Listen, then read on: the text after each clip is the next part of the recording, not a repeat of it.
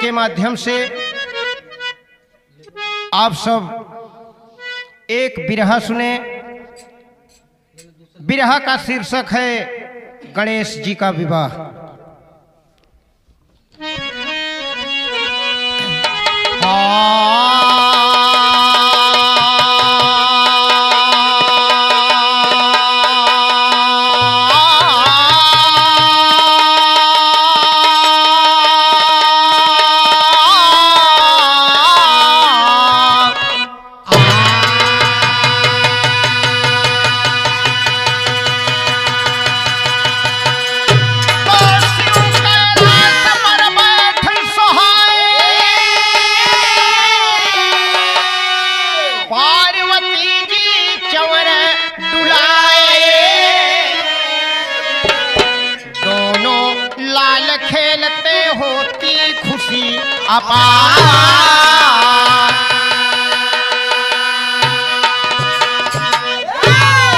एक दिन की बात है, भगवान भोलेनाथ शंकर कैलाश पे बैठे हैं, साथ में मां पार्वती जी हैं। दोनों लाल खेल रहे हैं। गणेश और कार्तिकेय। मां के दिल में कुछ बातें उठी और भगवान भोलेनाथ से कहती हैं, मास्टर गजल का भाव बा।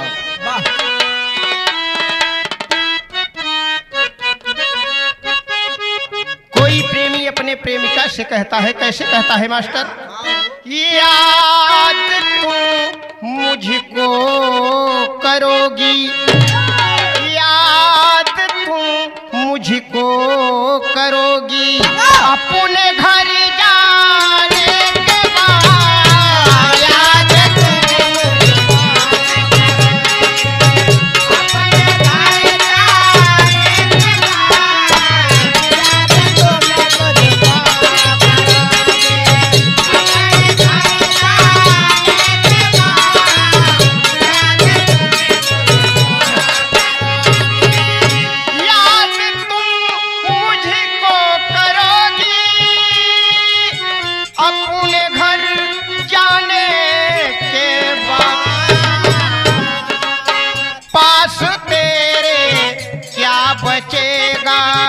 पास तेरे क्या बचेगा, नथनी उतर जाने के बाद पास तेरे क्या बचेगा, नथनी उतर जाने के बाद पास तेरे बहुत अच्छे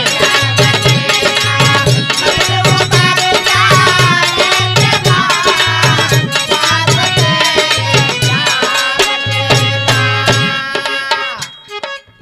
भाव में पार्वती जी भगवान भोलेनाथ शंकर से क्या कहती हैं?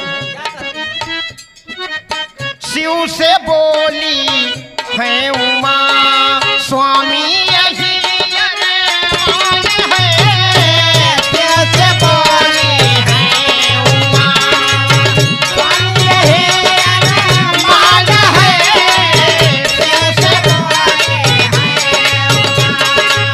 स्वामी यही अरमान है, शिव से बोली है उमा। तो शिव से बोली है उमा स्वामी यही अरमान है, लाइए घर में दुल्हन, लाइए घर में दुल्हन, दिल में यही अरमान है, लाइए घर में दुल्हन, दिल में क्या बात है, अरमान है, लाइए क्या बात है, यही अरमान है, लाइए घर में दुल्हन। मेरे दोस्त, माँ पार्वती जी कहती हैं कि भगवान एक बहू घर में ला दो। और शैर का भाव लगा था हमारे। हाँ, उमा की बात सुन के शिव जी मुस्कुराए हैं, उमा की बात सुन के शिव जी मुस्कुराए हैं, विश्वरूपा प्रजापति के आते हैं।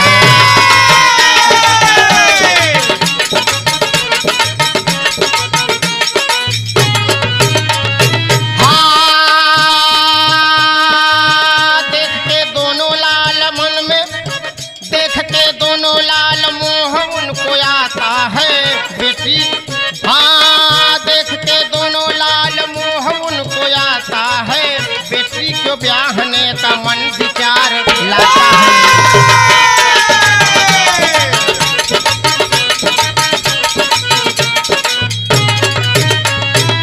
देखे मालिक का संयोग।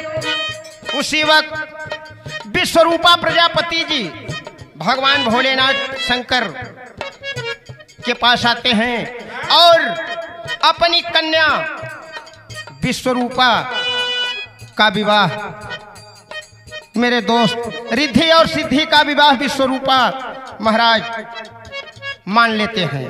और जब विवाह मान लेते हैं तो हमारे हिंदू धर्म के रीति रिवाज के हिसाब से माता बहन लोग बड़ा सुंदर विवाह गाते हैं।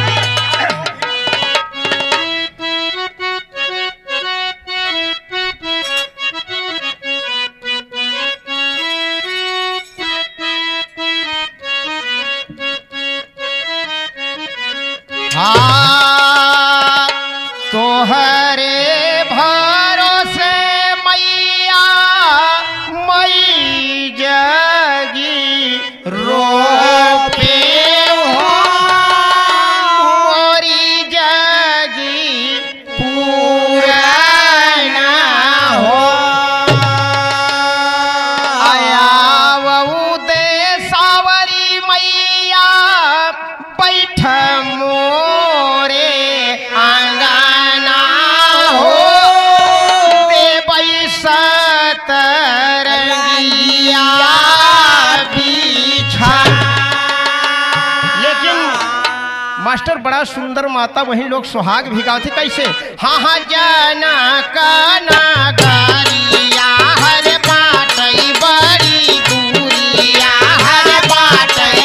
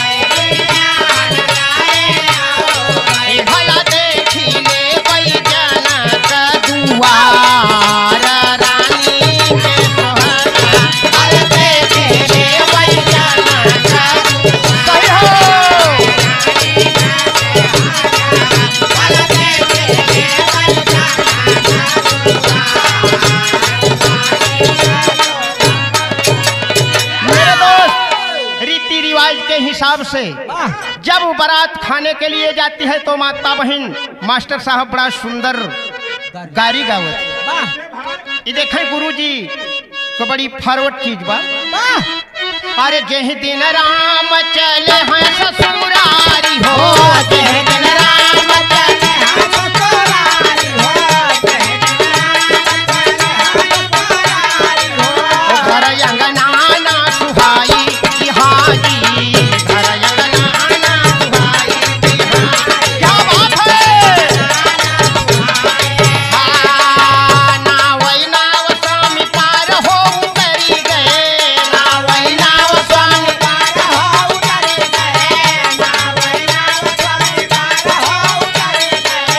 जाई पहुँचे जनक दुआरी कि हाँ जी जाई पहुँचे जनक दुआरी। क्या बात है, अरे दिया टेलर बहादुर। मेरे दोस्त बड़ी बात अच्छी है मिले। ऊ जमाना रहा, ऊ जमाने के बाद जिस समय माता बहन लोग चाहे 500 बाराती चाहे 600 बाराती आवे अपने हाथ से जो है रोटी चावल दाल बनाती थी मेरे दोस्त। आज के जमाने में अगर हलवाई न किया जाए तो यह जमाने के माँ बहन बिटिया मोछा उपार के धई दें। बात वही बा मास्टर का, दाल भात मैदा कई रोटी हो, दाल भात मैदा कई रोटी हो, दाल भात मैदा कई रोटी हो, औ परवर तरकारी की हाँ जी, औ परवर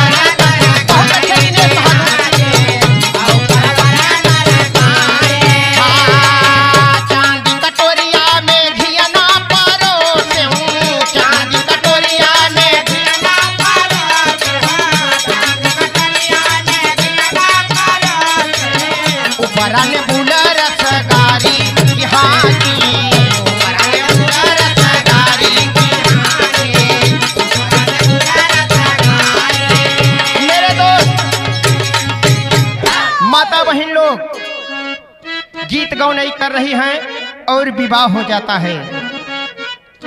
माता बहन लोग विदाई की टाइम होता है लेकिन ठीक तर्जवा तर्जवा वही बात, अरे जहिया से देखा गोरी तोहरी सुरतिया मतिया मारी गई, करवट फेर के भी तावा सारी रातिया मतिया मारी गई, करवट फेर के बहुत अच्छे बहादुर।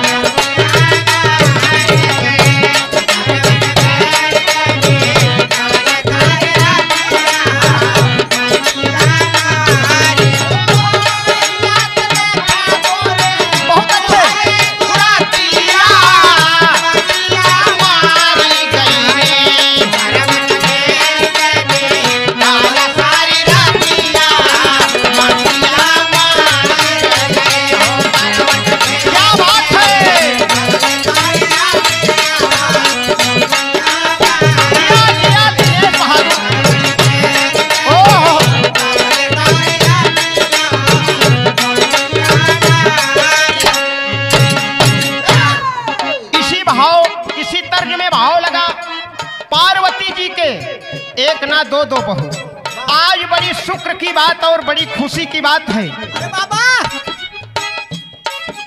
माँ इंद्री चैनल में बैठे हमारे तमाम सहयोगी परम पूज्य माननीय श्री वीरेंद्र विमल कवि जी, साथ ही साथ हमारे परम पूज्य परम आदरणीय माननीय गुरु जी श्री मुशर्रफ अली घायल, साथ ही साथ जिनके द्वारा हम यहाँ पहुँचे परम आदरणीय माननीय श्री रामचंद्र पाल जी, साथ ही साथ हमारे परम आदरणीय माननीय श्री अभिनव पाल जी, ये सब चरणों का आशीर्वाद है।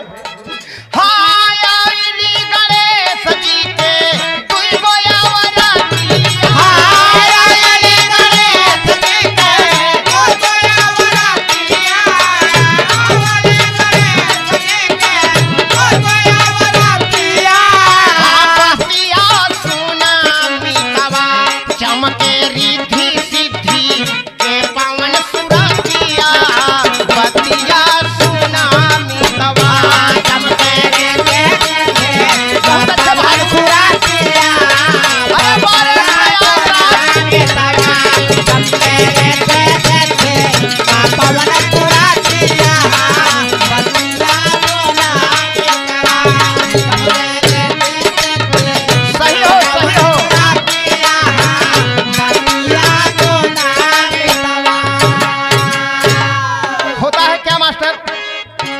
अंगना में भैली है ढंग से मुँह दिखाइया, अंगना में भैली है ढंग से मुँह दिखाइया।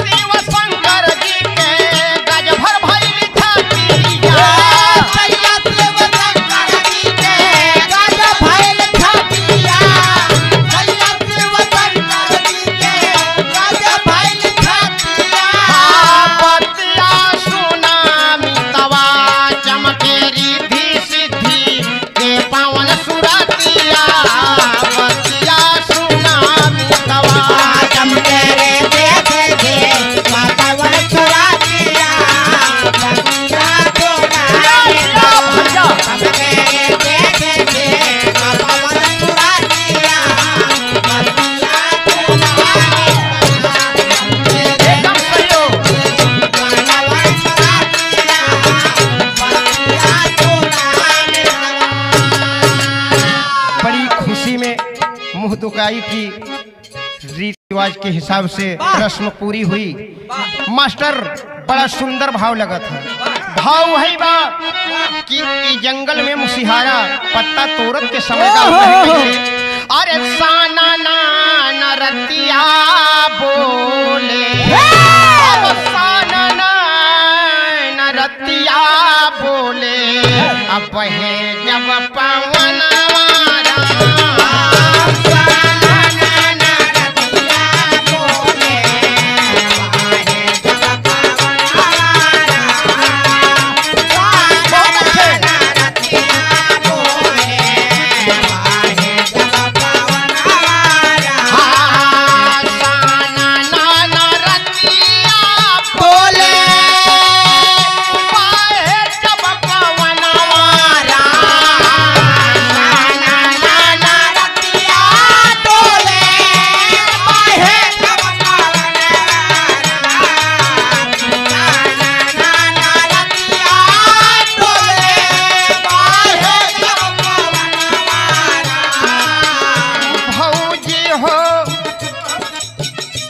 हमरे कवि जी का बड़ा सुंदर लेखनी है वीरेंद्र विमल जी की। भौजी हो भैया से कही दे मोरा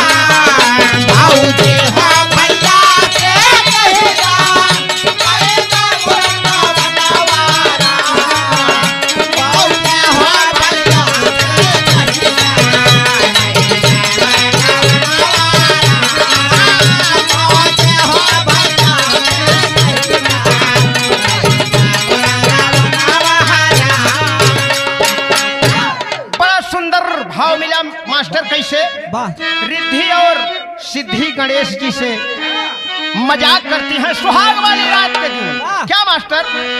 अरे सिद्धि गणेश जी से बोलई लगली बतिया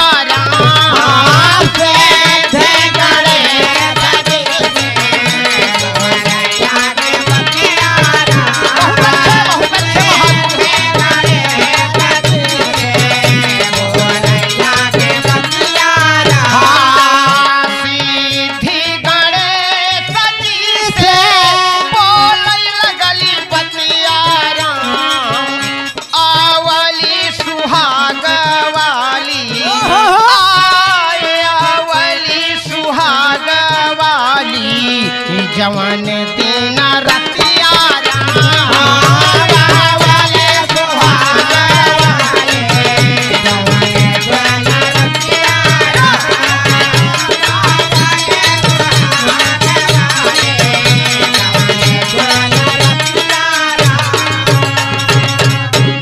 मेरे दोस्त रिद्धि और सिद्धि मजाक करती है। कैसे मास्टर?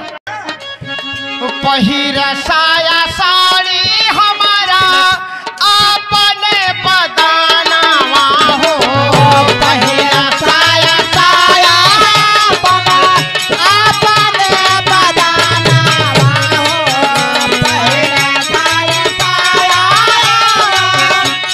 अपने बदानवा हो, बातिया के हमारे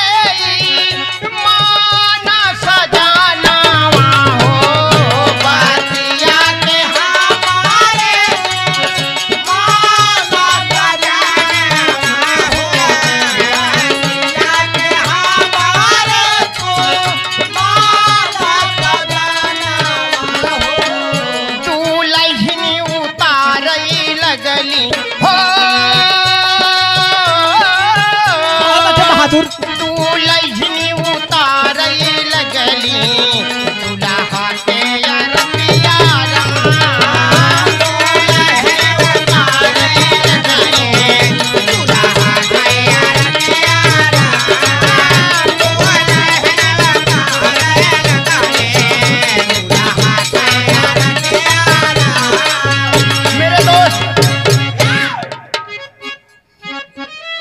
और सिद्धि अपने दुल्हा श्री गणेश जी महाराज की सुहाग रात के दिन आरती उतारी है। अरे बाबा! लेकिन मास्टर तर्ज बदल जाता बा। अरे पटना से पाजेबू बलम जी, अरे आरा से होठलाली, मंगवाएदा छपरा से चुनरिया छिलवाले, मंगवाएदा छपरा से चुनरिया छिलवाले, मंगवाएदा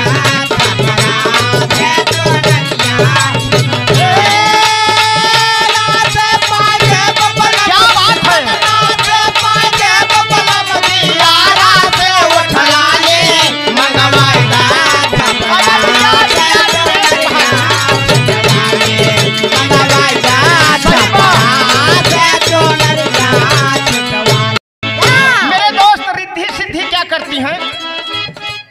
हाँ रिद्धि सिद्धि मगन हो गईली, बात न गईली खाली, पहिना के साया सारी ले डबली हाली हाली, पहिना के साया ले डबली हाली हाली, पहिना के साया ले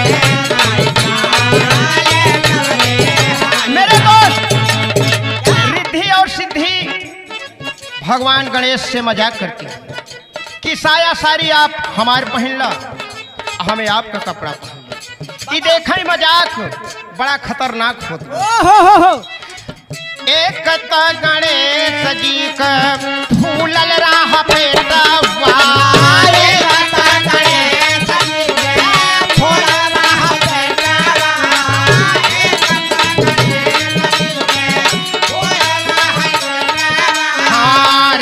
सिद्धि भीतरा से बंद कैली बेटवा,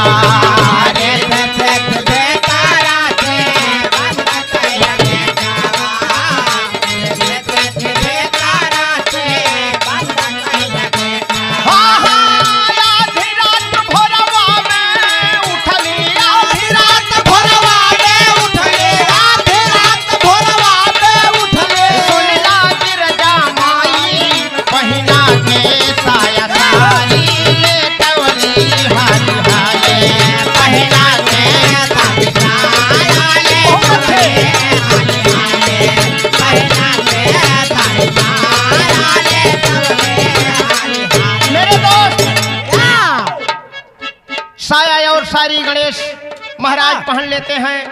माँ गिरजा अर्धरात्रि के समय देखती हैं तो गणेश जी का बड़ा पेट फूला हुआ है, बड़ी चिंता होती है। लेकिन एक तर्जबा आई तर्ज परम आदरणीय माननीय स्वर्गीय श्री हैदर अली जुगनू बिरहा सम्राट बाबा स्वर्ग में उनको मालिक ऊंचा स्थान दे। ये बड़ा प्यारा बड़ा सुंदर तर्जबा। हरे पतर कू, हरे पतर कू, पतर कू, पतर कू, पतर कू, पतर कू, हरे काहे जदुइया डार हो, पतर कू काहे जदुइया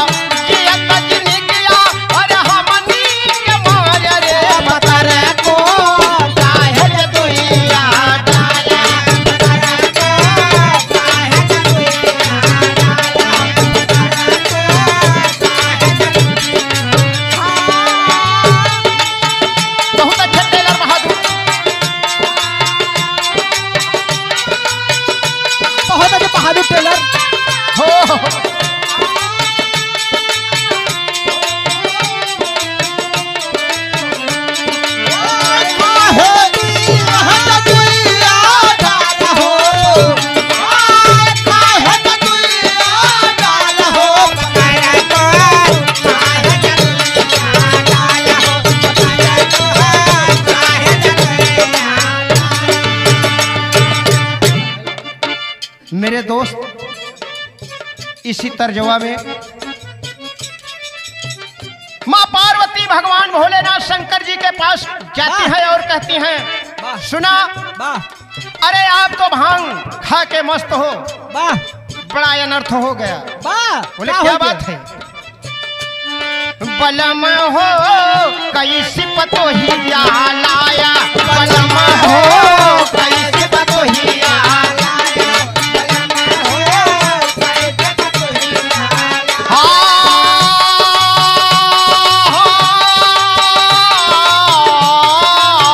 धर्म भय धर्म नाथ निपुरा कटाया, बलम हो कैसी पतोहिया लाया, बलम हो।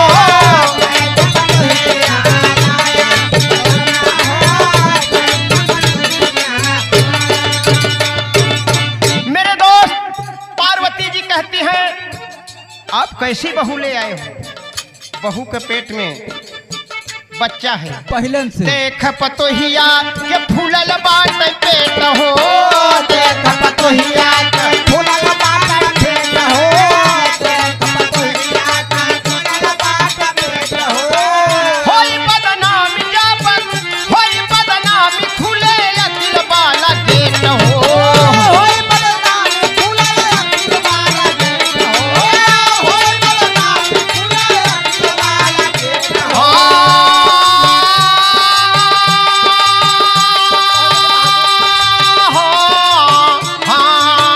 बेटवा गणेश सीधा साधा फसाया, बलम हो कैसी पतोहिया लाया, बलम हो कैसी पतोहिया लाया,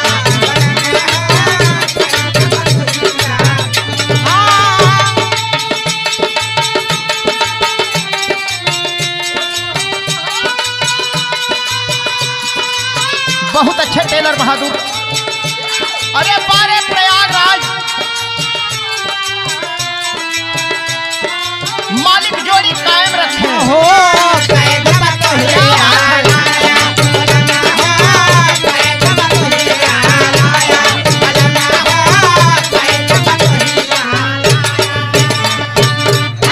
मास्टर विदेशिया का भाव लगा था।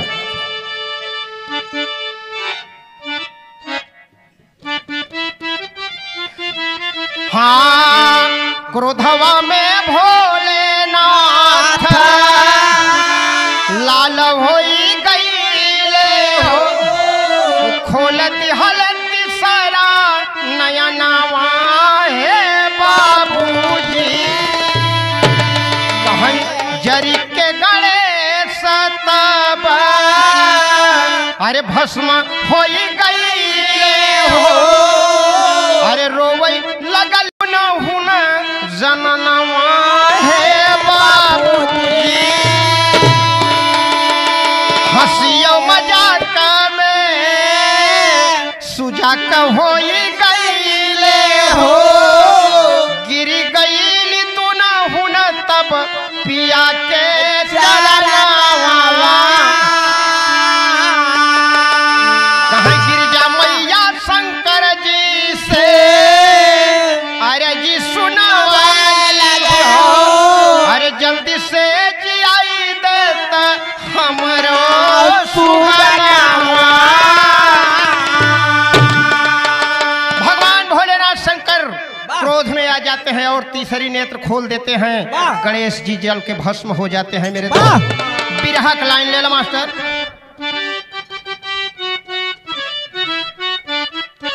अरे राम सपनवा पूरा गिरिजा के भइले, और पैदा सात गणेश के कैले वही छनवा, सपनवा पूरा गिरिजा के भइले।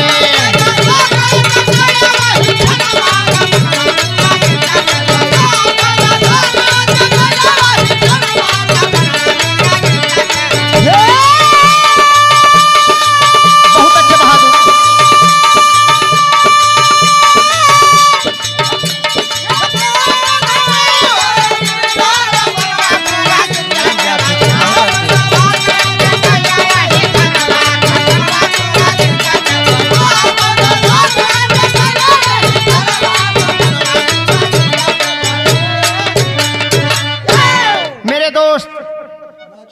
एक नहीं सात सात गणेश को भगवान भोलेनाथ शंकर पैदा कर देते हैं। और जब सात गणेश को पैदा किए तो पार्वती जी फिर परेशान हो जाते हैं। लेकिन मास्टर तर्ज बदल के प्रयागराज में बड़ा चौचक्के महाकुंभ का मेला लगा बा।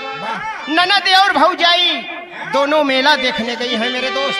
एक ठे सरंगी वाला सरंगी बजावत चला जात बा। बाबूजी भौजैया अपने ननदिया से बड़े प्यार से कहता कहे सरंगिया वाले कडेरावा, अब सरंगिया वाले कडेरावा बताई दे लहुरा की ननदी हो। सरंगिया वाले कडेरावा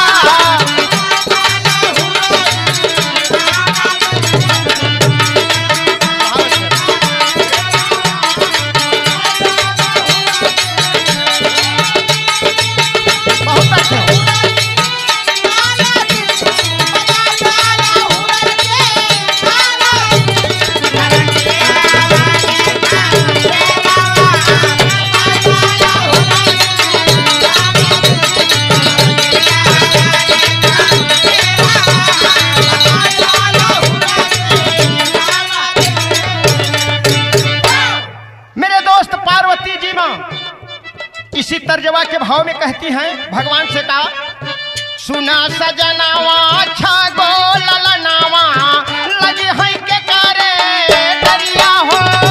सुना सजनावा अच्छा गोल ललनावा लगे हैं के कारे दरिया हो।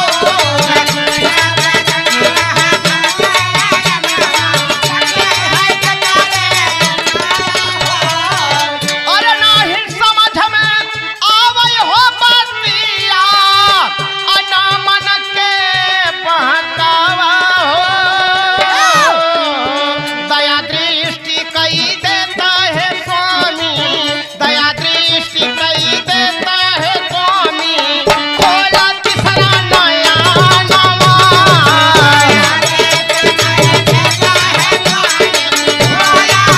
बहुत अच्छे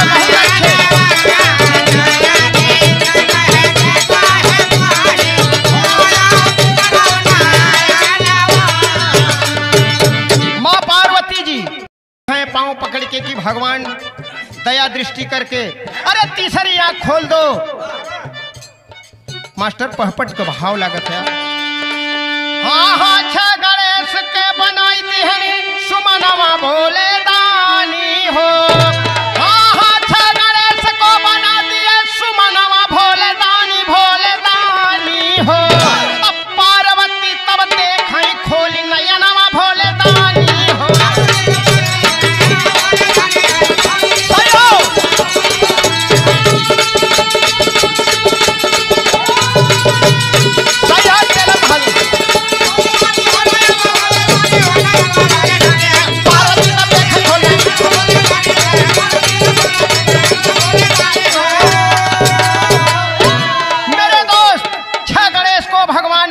शंकर पुष्प बना देते हैं और करते क्या है मास्टर कहा एक एक फूल भोलेनाथ खाई गई ले रतिया में सपने दोष उनके तो भइले।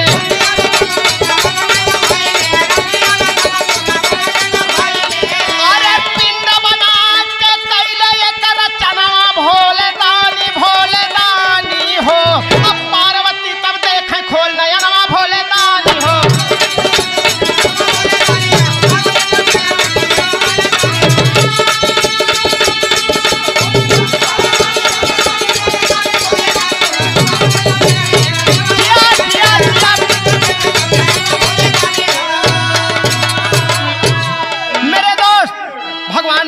शंकर एक पिंड बना के गंगा जी के धारा में रख देते हैं। मास्टर आल्हा का भाव लगा।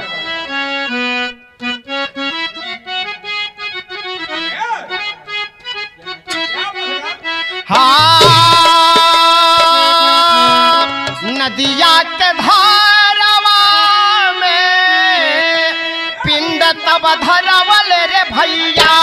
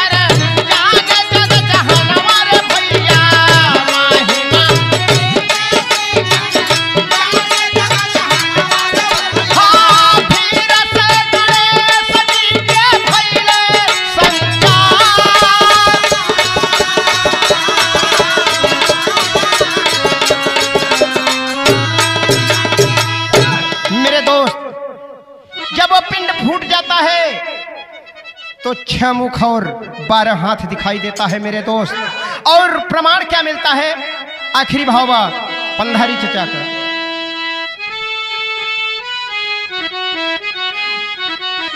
और कैले माई बाप नहीं जहां में पालना, और कैले माई बाप नाम और जहां में पालना, पालक धरती पे अइले खड़ा नल।